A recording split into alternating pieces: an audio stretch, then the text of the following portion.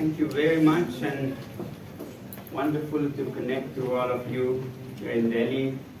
My congratulations to BCF for 25 years of connecting businesses and communities and doing amazing work that you have done.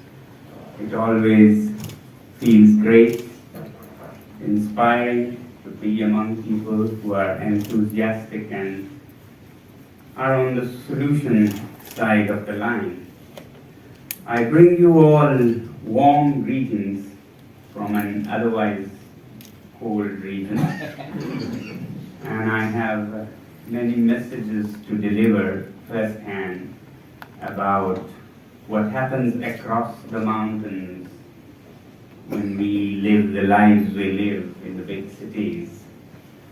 And I'll share some solutions also that we all are capable of, and we in the mountains are pushed to for no fault of ours, with all the climate change and its impacts touching our lives up in the mountains.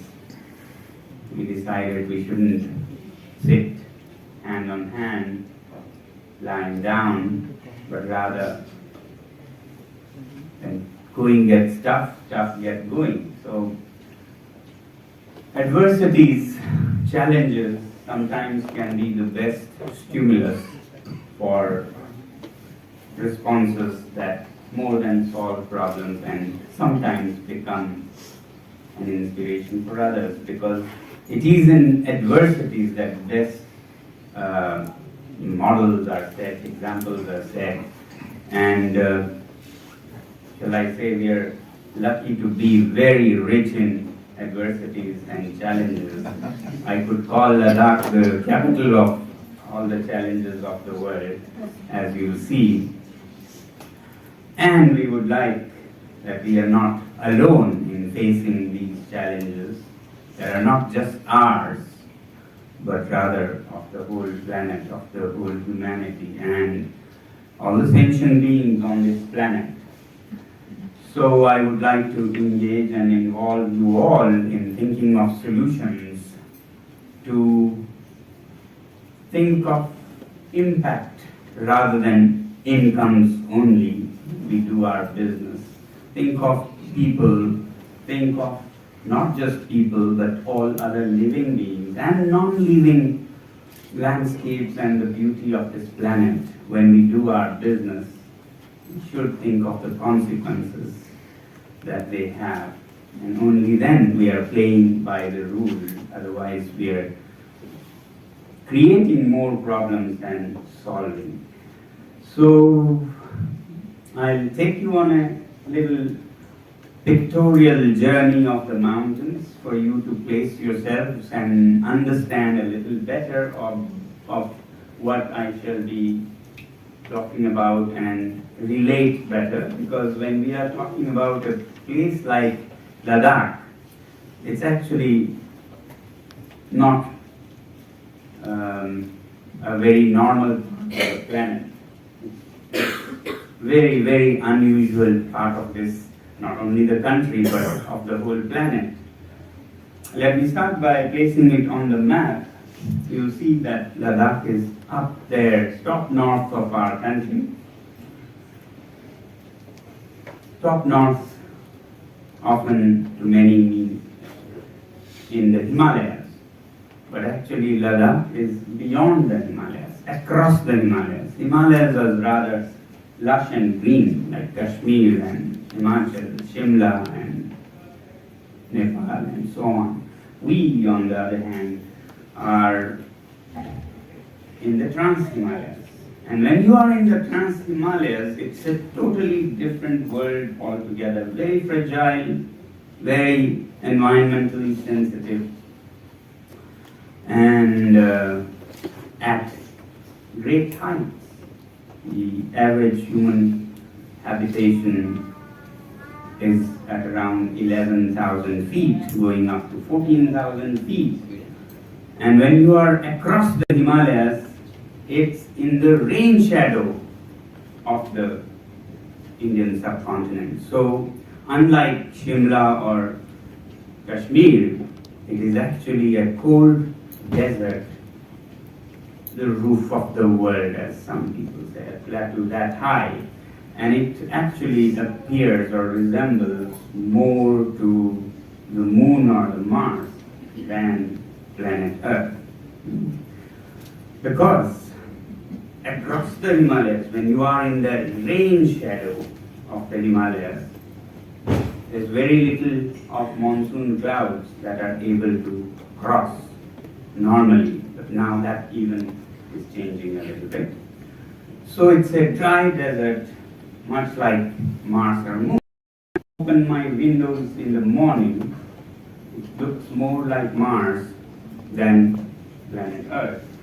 This, by the way, is a picture of Mars, not that just to.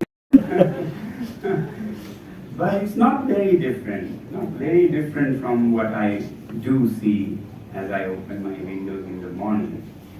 And this is actually what I see. No pranks here.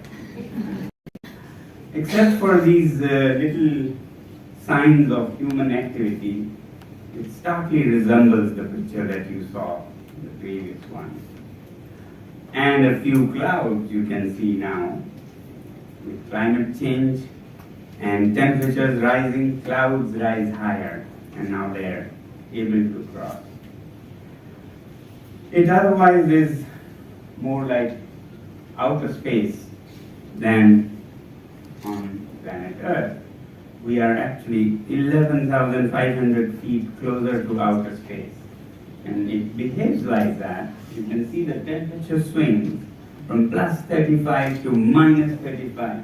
This is one place on the Earth where they say you could have a sunburn at the same time if your head is in the sun and feet in the shade in winters, like outer space. But what I'm most proud of in this landscape are these little patches of greenery that you see. This is what our ancestors did to this part of the planet. Though desolate, stark desert, they make this their home. It has only 4 inches of rainfall annually, which is a desert, definition of a desert. But they didn't run away. They were rather very creative. Went behind those mountains you see and found what could be called fossilized water from hundreds, if not thousands of years ago. And these would be called glaciers today. So these farms and the people as they melt in spring with the warmth, and a trickle comes down, and our ancestors carved sheer rock faces to make canals to bring this trickle to dry patches of sandy desert. And magic started happening. The magic of crops like barley, wheat, peas, potatoes, and all kinds of leafy alpine vegetables. Fruits like apricots, apples, peaches, plums, grapes, and so on. So I grew up admiring how smart and wise they have been in making it possible to not only survive, but for a colorful civilization to thrive with its own language, literature, music, dance, spirituality, and a lifestyle that is in harmony with nature. This is one place where living in harmony with nature is not a luxury. This is a basic qualification to survive and thrive here. So that's what I grew up learning, to admire lifestyle that is evolved to respect nature and never demand more than what you need. But Today, this beautiful balance is challenged again with global warming. Our glaciers are melting away very fast, and they are not going silently. They're causing, yes, droughts that are punctuated by floods every now and then. So I wanted to bring to you in big cities like New Delhi, Mumbai, New York, London, Paris, Beijing, the first-hand story of what is happening on the peripheries of this planet, in the high Himalayas, and of course by the oceans, you would know as sea levels rise. But I come from the mountains, so I thought of sharing this first-hand message to move us into living in ways that can be sustained by the planet and that can ensure a life for our generations that are yet to come. So, this is its mountain. As I flew from Leh, I took a picture of the mountains, and you can see, if you see carefully, how important it is for especially the Indian subcontinent. Hindu Kush Himalayas, of which Ladakh is a part, is home to roughly 50,000 glaciers and is often called the third pole after the north and the south pole. It is the largest reservoir of fresh water after the two poles, frozen in these mountains in the form of glaciers. Just this one single casual picture captures roughly 10 glaciers. You look carefully. But these glaciers are now melting faster than they are forming. They always melted, and that's good. That's why we are able to survive there. But now the balance is in the negative. More is melting than is forming. And this is one close-up of a glacier, or the Drumdrum Glacier. As a teenager, I used to go to Zanskar region and admire the magnificence of this glacier, a towering glacier from across the road. Today, it's a shadow of itself as it melts in the heat of changing climate and local human activity as well. Global warming and local human activity together. And as these glaciers melt, as I said, they don't go quietly nowadays. Pay attention to the lower end of the glacier, which is often called the snout. It becomes torrents at this end as the glacier is melting, while torrents start flowing from the glaciers, and these can be dangerous when they become flash floods, when they melt very fast together with rains and so on. Let me show you some images and a little story. This is what a flash flood is when a village is drowned in kind of mud soup coming down from the mountains. In 2006, this village called Kyan had a violent flash flood which washed away many houses and farms. And I went there with some of my students as a volunteer. This is one first-hand story and message I wanted to share with you what's happening up there. That was 2006. We helped the villagers, but curious as I am, I started asking people, how often does this happen? Have you seen one before? Of course, most people didn't know much, so I looked for the oldest person around, and I found a person in his 80s and asked, "Sir, when did you see an event like this before?" And he said, I don't remember. I only heard such stories from my elders, but haven't seen one. That was 2006. The next one after that was 2010, 4 years later, when roughly 1,000 lives were lost. Quarter of Leh city was washed away. Lot of damage, just 4 years later. And the next one was 2013. And the next one was 2017. Something that the old man had never seen in his life is happening this frequently. So the frequency of these events has increased, and these flash floods are alternated or punctuated only by droughts, because every time you have a cloudburst or heavy rain, which is happening now, as I said, as temperatures rise, clouds rise higher. And when clouds rise higher, they're able to cross the barriers of the Himalayas. And when they are on mountains with other conditions coming together, they can cause cloudbursts. And when that happens, it washes all the little vegetation that there are on the hills and all the fine soils, clays in the hills. That's why it's a mudslide. All the fine material is coming down, going into the Arabian Sea. So it robs the hill slopes of anything that is fine, that can hold water like a sponge.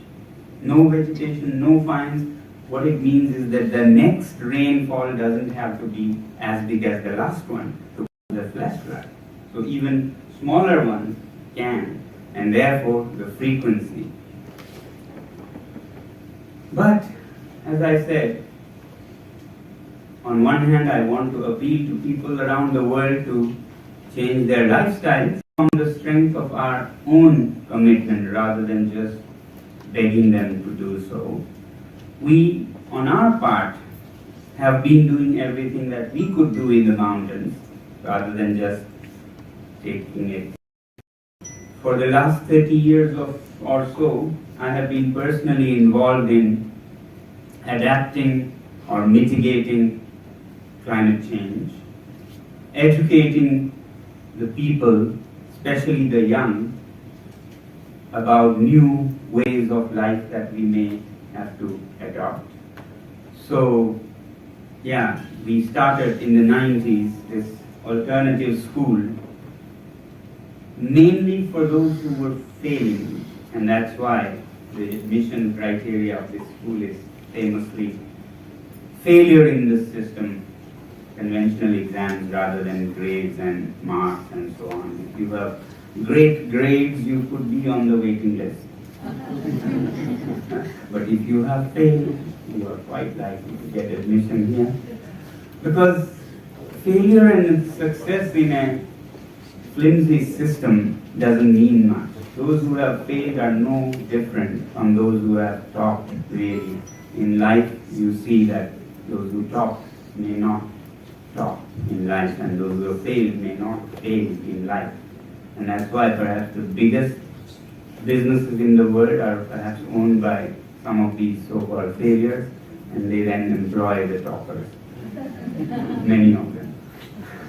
Anyway, I won't go into that today, but just to say that we started this school as a response to whatever was needed in the region, in the context of the mountains, to respond to challenges that we have, preparing young people, not just for degrees and jobs, but to respond to challenges for impact and so on. So this school campus was very special, from the admission criteria to how and what we tried to learn together with the students to live lightly on the planet. And therefore the school itself was built with natural materials like soil, earth, found right under your feet, abundant, free of cost, and heated and powered by the sun, found right over your heads, abundant, free of cost. Nobody is so poor who cannot afford earth or sun. Abundant for all, rich and poor. Only thing it takes is a bit of human ingenuity to bring it together, and you could live happily ever after in shelters, houses, homes you build. So that's what we started learning here, and that's why we made this school an example of how people could live happily even in the harshest environments. Almost everything at this school happens with the power of the sun, from cooking, which is done by large concentrating mirrors, to greenhouses that grow fresh green vegetables in -20 winters, natural lighting of the houses, so you don't need coal-fired or hydro-powered lighting, at least in the day. And for the night, if you do need lighting, then you have solar electricity. In mid-90s, it was new and rare. Solar water heating, students would make or put to use their science lessons to create these. Solar water pumping with the sun. Even the cows at this school campus, which we have several, live in solar heated cowsheds. Why only humans? Why not the cows also? And very interestingly, the cows reciprocated generously. The year we built these solar heated cowsheds for our cows, as if to say thank you, they doubled their milk production. And we were all surprised. They are so grateful, how come? And they sense, but it was actually biology lessons from their textbooks in 9th and 10th grade. You know, warm-blooded animals and cold-blooded animals. So we used it to learn about them. Warm-blooded animals need a certain body temperature, unlike cold-blooded. So cows and we humans need to keep our bodies at +37. 1 degree higher or lower will kill us with fever or hypothermia. You may not think, but we really have to keep our body temperatures. And the poor cows, when it is -10 in the cowshed, which usually happens, they have to keep their huge mass at +37. Where would the energy come from? Their food. If their food goes into keeping their bodies warm, how do you expect milk?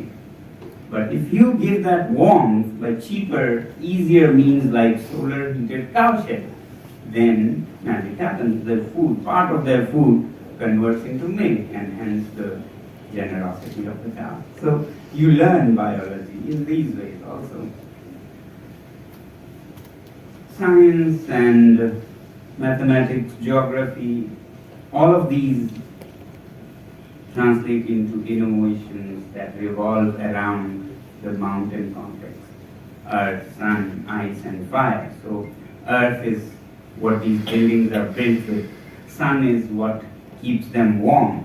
And you can see down there how 9th grade chapter on heat in physics comes alive for the children when they live or when they help build one of these buildings.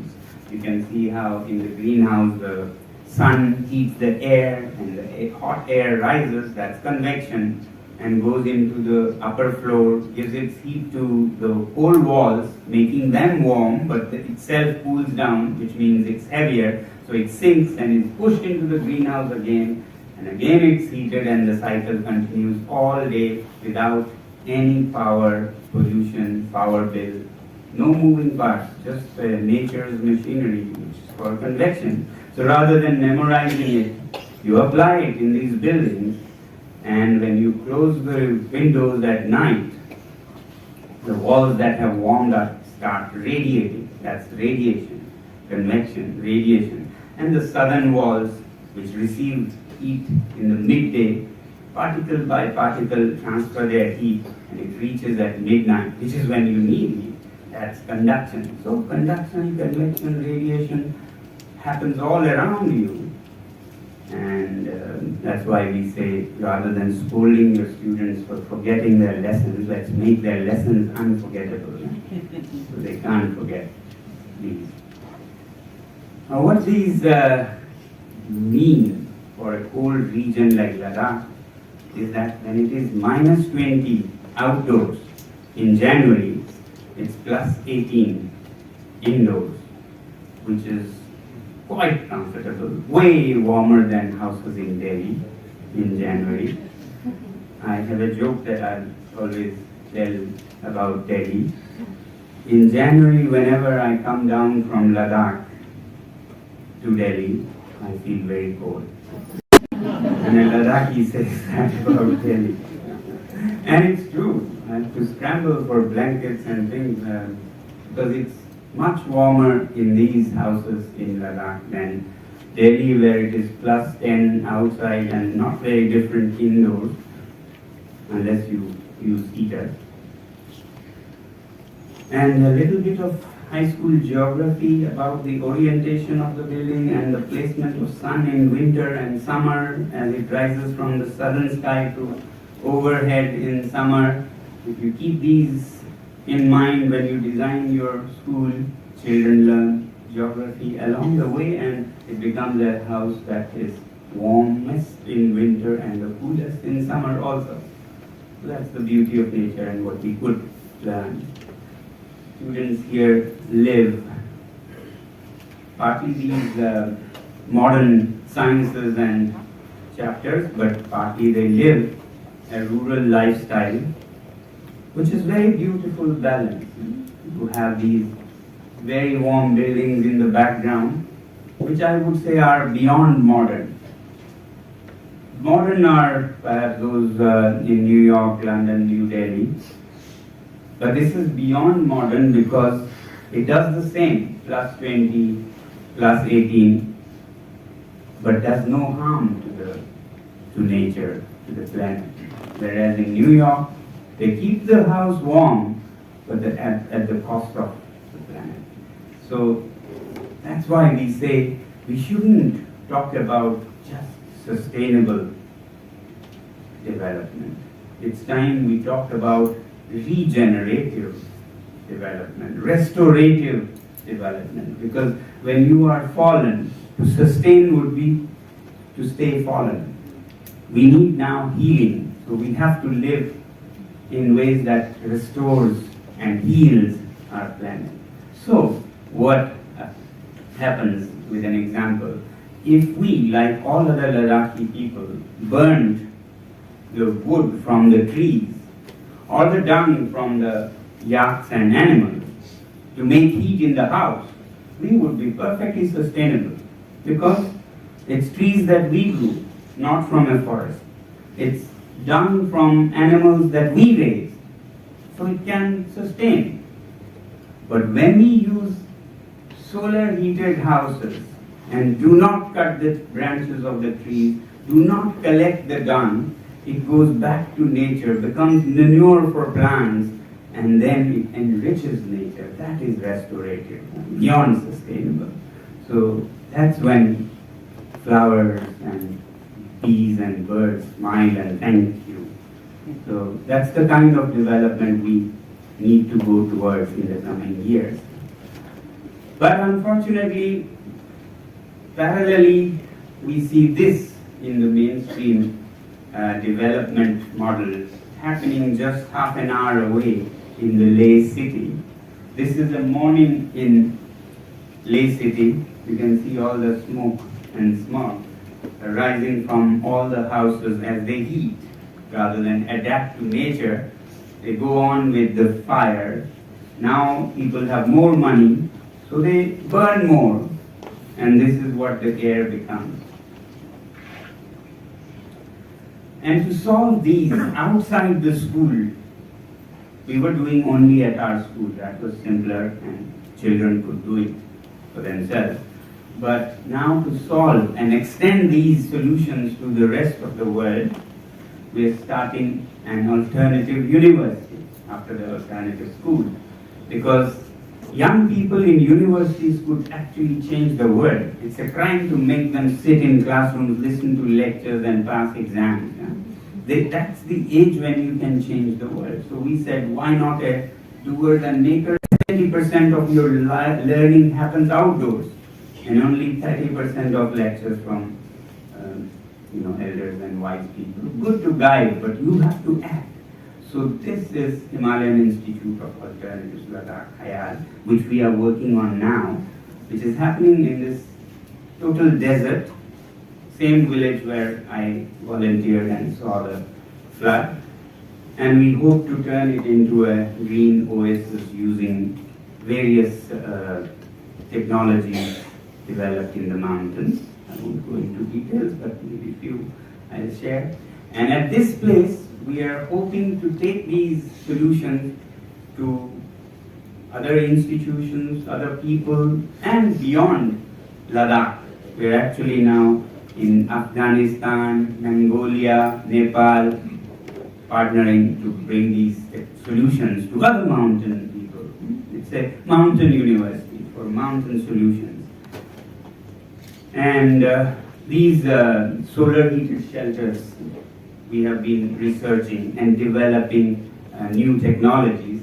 Now we share it with other agencies like Indian Army, uses these houses that we build for them at 15,000 feet at zero border where it's minus 30 degrees. And they can be carbon, zero emission, no fire, no fuel, no import of oil from Qatar and Saudi Arabia, draining our exchequer, polluting our environment, emissions into the greenhouse gases and so on into the environment. Zero of that and still comfortable. That's what is possible. That's impact. And you can make it into business also. Future businesses will have to consider not just income but impact.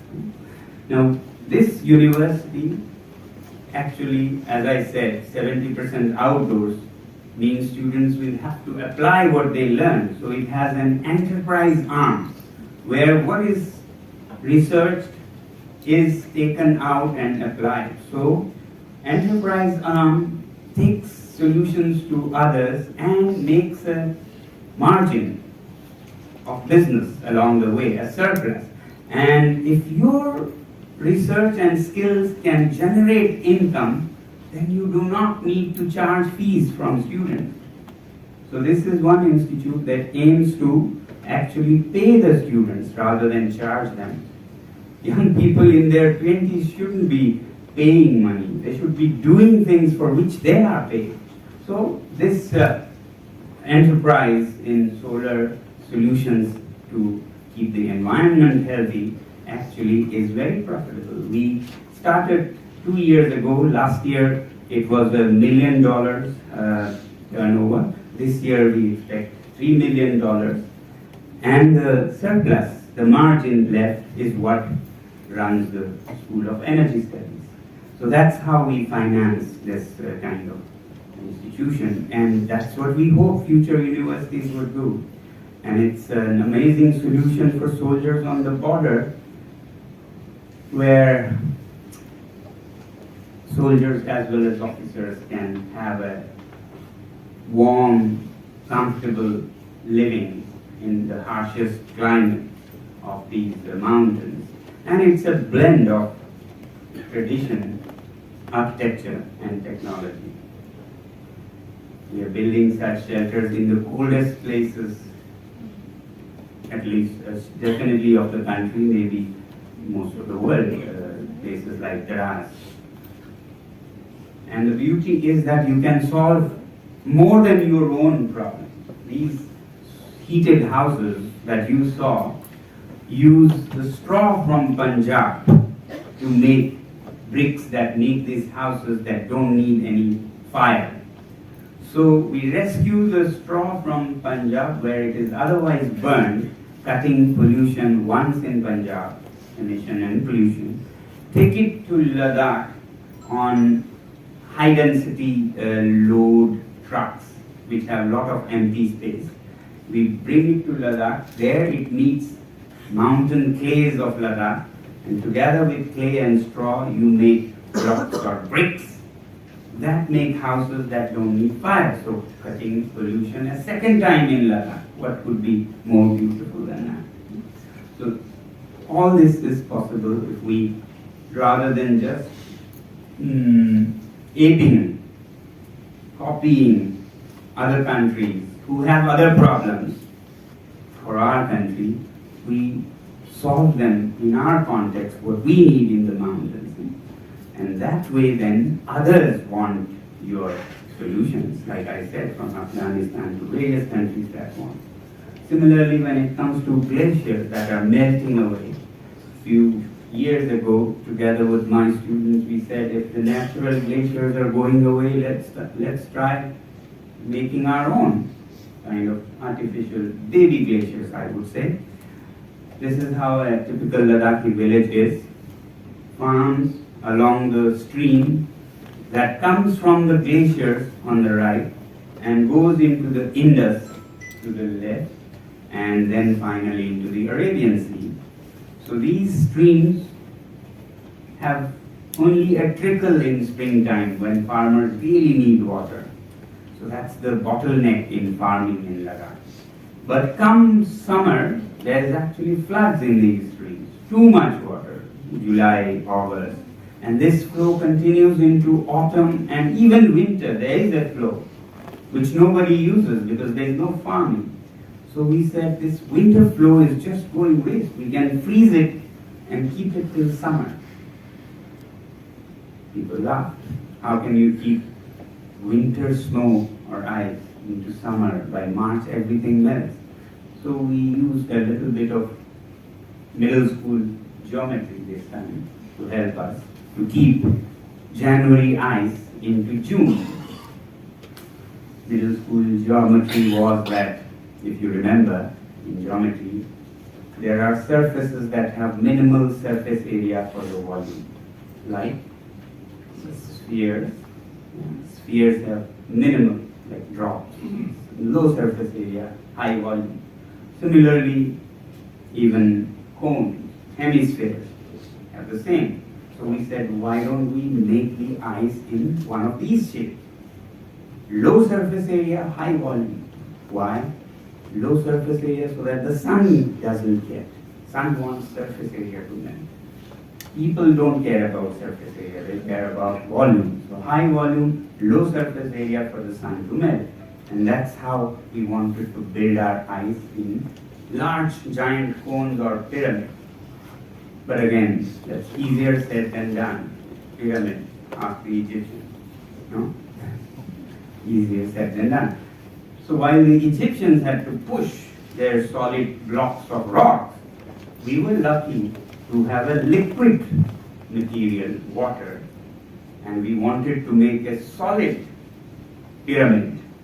So we would use the liquid properties first and then freeze it mid-air. Liquids are easier to move in pipes. So all it takes is a pump to raise the liquid 10, 15 stories and then make it freeze. But again, easier said than done. Where do you get pumps and power in these high mountains? We neither had the pumps, nor the fuel, nor the money. But rather than always mourning about what you don't have, you have to look around at what you do have. What we had this time, like sun in the previous case, or soil, which everybody has in abundance. We have gravity in abundance. In the mountains, by definition, there is gradient, upstream to downstream. So you just put a pipe upstream and bring it downstream in a pipe. And primary school science says water will always maintain its level. The outlet will want to be same as the inlet. But because the inlet is higher in the valley, the outlet will be under pressure to go to the same height. And with this pressure, if you put a fountain, it will spray water into the cold air, into the -20 air. And when water sprays in -20, it loses its heat and becomes solid. This heat, if you remember, is called latent heat in your 9th grade science. So this is what happens. Water with no pumps, power, expensive pollution, sprays into -20 air and falls down solid, forms a cone almost by itself, somewhat like 3D printing, I would say. And this was 6 stories tall, contained 1 million liters of water. And we wanted to see if our hypothesis was right, whether it stays longer in the summer or not. After all, this proof of the ice is in not melting. So we had bets. Some said we last till end of April, end of May. I was perhaps the boldest one to say end of May. And these lasted, okay, I don't seem to have that image here. This first one lasted till mid-June. And slowly giving its water, roughly 50,000 liters every day. When there was not a drop on the deserts in the village, everybody fought for every drop. At that time, you have the winter water dripping 50,000 liters, and you could plant trees and so on. Slowly, this became a movement from that 1 million liters to 3 million liters to a cascading valley of ice cubes. You can see that little person in the center to have an idea of size and a kind of movement. This one that you see on the left was made by villagers, much bigger than anything we could do. This is half the height of the Qutub Minar and contains 12 million liters of water that will slowly melt. Yeah? And now it's spreading into not only various villages of Ladakh, but neighboring Pakistan, Nepal, several European countries, and as we speak, some of our colleagues from Ladakh are returning from Chile in the Andes in South America, where they were helping them. So it's a kind of reverse technology transfer almost. And this got us the Rolex Award for Enterprise, which is fine. It was good to have it because it had a good sum of money with it. And that's the money which seeded the alternative university. I contributed it as the seed fund and then started a crowdfunding because we wanted to make it a people's university. Not with big money from government, but from school children contributing their lunches and their expenses. And then companies later through CSR and so on. But these are not solutions we are proud of. We are doing our individual little solutions in the mountains. They won't change Ladakh. 2 things will change. One is your lifestyles in the big cities of the world. Not just New Delhi, but all the big cities where it all starts. Greenhouse gases, climate change, and we suffer. First of all, you will too, but we, for no fault of ours, have to go through all the challenges. So, firstly, we need a solution from the people of the world by changing their lifestyles. Secondly, governments have to bring changes in policies to safeguard and protect such sensitive areas. So, if some of you may remember, some 7 months ago, I came out with a video calling the Prime Minister and people of the country to pay attention to Ladakh, as all is not well there, climatically. And as Ladakh has now become a union territory, there is nothing safeguarding its fragile mountains and glaciers from industrialists and mining companies and mega scale hotels and so on, and in no time this place will be lost, and with it will be lost the source of water for 1 billion people on the Indian subcontinent. 1.9 billion people depend on Himalayan glaciers, directly or indirectly, and half of it is in the in northern Indian subcontinent. Yeah? So it will be not easy for all of us. So therefore, Ladakh has been demanding safeguarding of the nature and the people and their culture through constitutional means. There is a provision in the Indian Constitution that protects scheduled areas, tribal, indigenous regions, giving the locals all the power to decide how far they want to take, rather than be, taken by industrial lobbies and bureaucrats and so on. It gives people a platform to express their views and go only as far as they want. And this provision Ladakh deserves and has been demanding for a long time. It only takes 50% indigenous population to be under this 6th schedule. Ladakh has 97% indigenous tribal population. And the government itself had promised it. Various public forums, and it has been on top on the manifesto of the ruling party, third point in the parliamentary elections, and the topmost in the Hill Council elections, which is even more prestigious in Ladakh. Yeah? The first one is constitutional safeguard under 6th schedule. So, in the gap of 3 years, the ruling party promised twice to Ladakh people that we will protect the region under 6th schedule. But that never happened. Despite government arms agencies like National Commission for Scheduled Tribes putting it down in their minutes, saying that Ladakh fully deserves this and we are going to do it. But then it didn't happen, despite all the promises, all our calls, and I had to go on a climate fast to press this, to make the voice heard on behalf of not just the people but the glaciers and the birds and the bees of Ladakh, all of them. So I was for 5 days in January in minus 25 degrees outdoors fasting, 5 days, so that our voice be heard. We thought it was heard, but nothing much changed, although it was a promise of the government.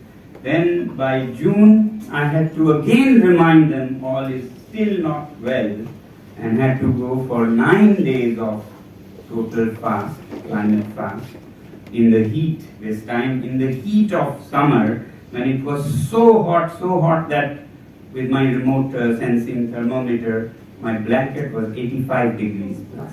Yeah, it was not possible to put my feet on the blanket, that hot.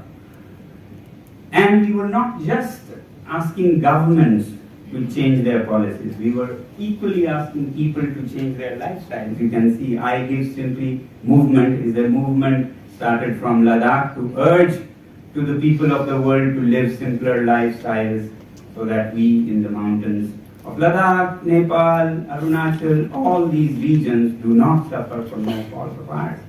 And it was nothing political also. On one hand, we were reminding government to fulfill their promises, people to live simpler lifestyles, and even supporting and promoting Prime Minister Modi's campaign called Mission Life, which is almost exactly same as I Live Simply movement at a global level, started in COP26. The other one was 5 years ago. So Mission Life is also a lifestyle change. So it was not about regional, political, etc. Just to safeguard our water sources, our water towers, and not punish the people living there. Well, this is not the end, and we'll see how and where it goes. Meanwhile, thank you very much for paying attention and work together.